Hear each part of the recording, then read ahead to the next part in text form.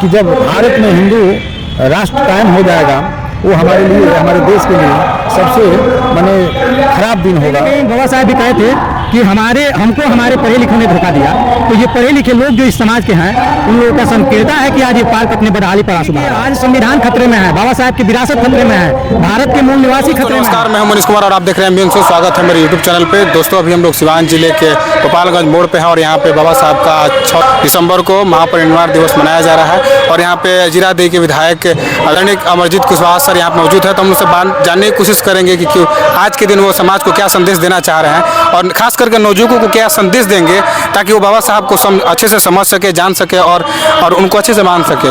तो सर, स्वागत है आपका मेरे चैनल पे। सर, आज महापरिनिर्वाण दिवस पे सर आप क्या कहना चाहेंगे? देखिए, आज सबसे पहले तो आपके चैनल के जितने भी दर्शक हैं, जितने लोग जुड़े हुए हैं, जितने सब्सक्राइबर हैं, सबको मेरे तरफ से प्रणाम, नमस्कार, बहुत बहुत शुक्रिया।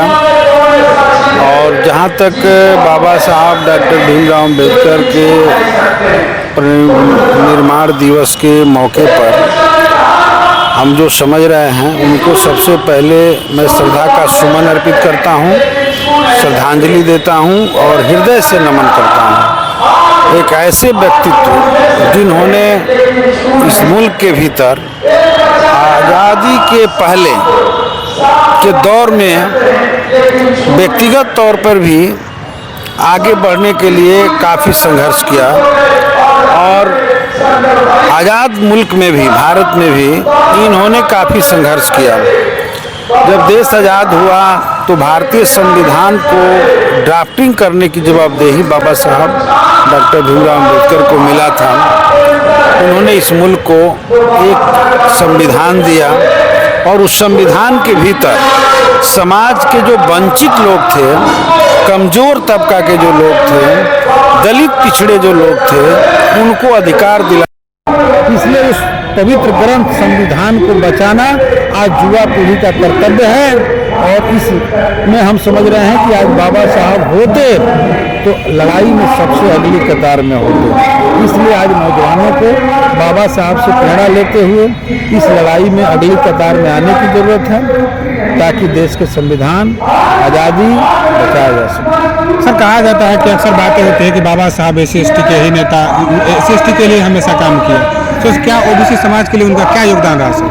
नहीं, ये जो लोग कहते हैं वो गलत कहते हैं। बाबा साहब ने केवल ST/SC के लिए काम नहीं किया। अब ये बात बिल्कुल सही है कि ST और SC ये जो लोग हैं इनकी स्थिति सबसे समाज में खराब थी, सबसे दयनीय थी। इनके उत्थान के लिए उन्होंने सबसे ज़्यादा आवाज़ उठाया, लेकिन वो इस देश में एक लोकतंत्र चाहते थे, बराबरी चाहते थे, वो एक नए समाज जिसमें शोषण न हो ऐसे समाज का सपना देखते थे और आर्थिक रूप से भी देश की समानता के लिए उन्होंने किताब में जिक्र किया है। वो सब कुछ चाहते थे और इसलिए बाबा साहब को एक संकीर्ण दायरे में बांधना उचित नहीं है, बल्कि ये बात बिल्कुल सही है। आज के दौर में भी कोई भी स्ट्रगल शुरू करता है, कोई भी न्याय की बात करता है, सामाजिक न्याय का बात करता है तो ST/SC पर सबसे ज़्यादा फोकस करना होगा, क्योंकि समाज में सबसे ज़्यादा वही कमज़ोर है, उन्हीं की हालत सबसे बुरी है। तो उन्होंने उस पर फोकस किया, लेकिन उनका मूल मकसद देश में लोकतंत्र स्थापित करना था और वो काम उन्होंने अपनी जिंदगी भर में जितना दिन रहे, खुद भी यहाँ तक की जरूरत पड़ी तो पार्लियामेंट से इस्तीफा दे करके, बामसेब का निर्माण करके भी बाबा साहब ने इस काम को आगे बढ़ाने का काम किया।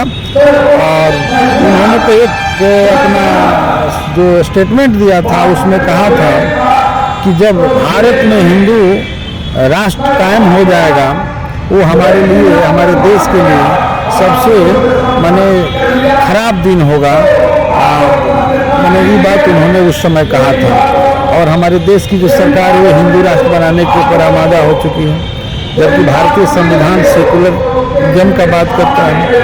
तो ये बाबा साहब आज होते तो इन सब चीज़ों के खिलाफ भी जम के लड़ते। OBC और ST/SC के लिए तो उन्होंने रास्ता दिखाया ही, कि शिक्षित हो जाओ, संगठित हो जाओ, संघर्ष करो, ये तीन जो उनका अपना मूल वाणी है, जिसके जरिए पूरे समाज में उन्होंने अपना ही किया। तो ओबीसी को उन्होंने आरक्षण दिया, ST/SC को जो आरक्षण दिया, आज उस आरक्षण के जरिए भी बहुत सारे लोग अच्छे अच्छे पद पर सुशोभित हैं। तो एक ये भी बहुत बड़ा योगदान है। लेकिन इतना ही नहीं है, उस समाज को नीचे से उठा करके सामने और राजनीति के मुख्य धारा में लाकर खड़ा करने में भी उनका मुख्य योगदान था। हाँ है सर, काफ़ी दिन से प्रोग्राम यहाँ पे हो रहा है अम्बेडकर चौक पे, अम्बेडकर मोड़ पे यहाँ पे, और अभी तक अम्बेडकर पार्क का निर्माण नहीं हो पाया। सर, इस पे आपका क्या कहना है?